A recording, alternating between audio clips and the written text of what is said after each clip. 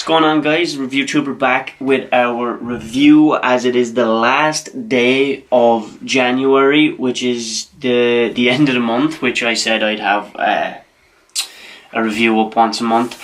And I said I'd review my MacBook. That's upside down, hang on. I said I'd review my MacBook. So in the cards there's the unboxing for the MacBook. So I said I'd kind of give you my thoughts and a little bit of a review of how I found it since I've got it, which was about, I want to say like 6-7 months ago. Yeah, it'll be on the video how long ago that video went up. That video went up the day I got it, so yeah. So I got the 13-inch MacBook Pro, and it has a 13.3-inch display with Retina. Retina is great. It's fantastic. The screen quality on these is amazing. It's just so clear and just the colours pop and everything. It's just gorgeous. The butterfly keyboard was a big thing people didn't like with like the newer MacBooks that came out. I think they started launching out new MacBooks in like 2017, 2018 with the butterfly keyboard. People didn't like it. Can you hear that? Yeah, it comes up. I quite enjoy it. I really like the butterfly keyboard. There's like enough tactile feedback or something about it. It's not like a mechanical keyboard, and it's not big and groovy. It's nice and just smooth and just, I really like the keyboard. Like myself personally, it's my own personal thing. I really like the keyboard. I could type on it for ages and ages and ages. The trackpad is also really big, which was another thing people did give out about, I suppose, to an extent. I quite like it because it works really well with itself. So like when you're dragging, say, a file across and you run out of room, you can just like put another finger at the other side of it and continue on. It doesn't just jolt it back like some laptops do. So I quite like that. It's got 128 gigs of SSD storage. I've got a problem with that because 128 gigs isn't exactly a lot of storage. It is SSD, so it's quite fast. I can't really complain about that too much. I had to buy a hard drive for the Mac itself just because I don't want to, like, I don't actually have anything on the Mac. I've a couple of I've Photoshop and like an editing software and like Spotify and stuff, but I don't have I haven't clogged it with stuff because I don't want to waste the storage on it because there's such little storage. I want to keep it kind of as quick as I can keep it, so to speak, because like the more you clog the machine, the more you have on the machine, the more it clogs and slows down and stuff, and I just want to keep it running at optimal speeds for as long as I can, I suppose. This particular MacBook comes with the Core i5 processor. I built a PC for the gaming channel I have with Jarhead, and that we ran a Pentium on that. This is far faster without comparison. I know a little bit about computers, not a whole lot, but I know that a Core i5, I imagine, is a lot faster than the Pentium processor.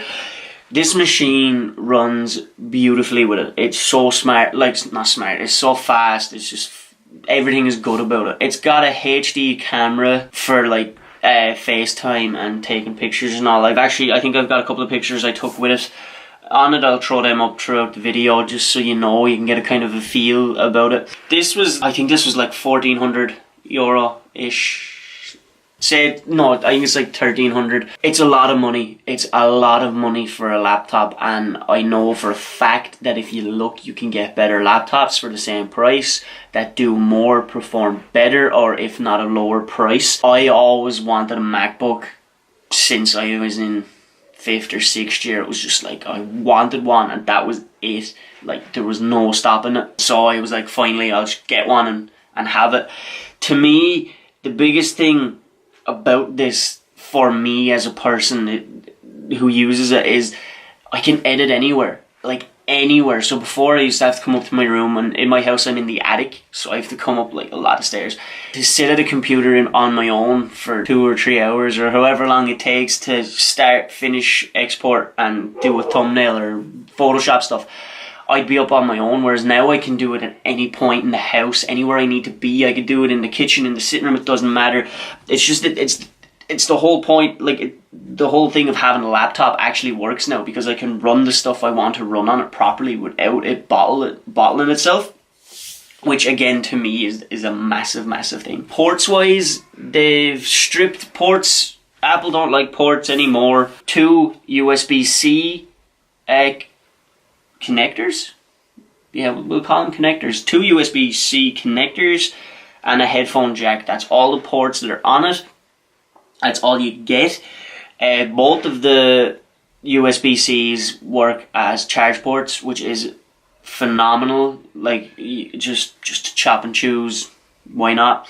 They're both fast charging capable as well. So like, charging this laptop up is really easy. It's not difficult. It doesn't take very long, and it's really handy. Headphone jack is on the opposite side, just to kind of keep the equilibrium going. The battery on this is the 13-inch base model. I didn't really splurge when I was buying it. I kind of just wanted one, so that was it. Battery isn't great. It lasts depending on what you're doing. Video editing, Photoshop, that really takes its toll on the battery. Like, you'd want to have it fairly juiced up if you're going to sit off somewhere and do it, like where you don't want to bring the charger with you, because when you watch the unboxing that I put up at the start of the video, if you watch that, the charger is massive for the laptop. Like, it's just insanely big. Like, just the charging brick is just so big, and the only reason it's so big is for fast charging capabilities, basically, but it's like obscenely big. So like, your phone charger, like most phone chargers now are fast charging phone chargers, like, and they're not that big. Like, so I can't understand. But anyway, that's another thing. Watching Netflix, watching stuff on it can drain the battery fairly gradually now, but like, you get kind of a good 5 or 6 hours, I'd say, of on heavy usage, I suppose, on it before you need to charge it. That's kind of all I can talk about. It's really weird doing reviews again. I'll get better, I promise. Yeah, so if you want to follow me on Instagram, that'll be in the description, or if you're new to the channel and you want to subscribe, that'd be fantastic. I'd really appreciate it. So next week will be another vlog, and then a couple of more vlogs, and then the tech review following the end of the month. And yes, thanks for watching. And remember, you guys, stay frosty.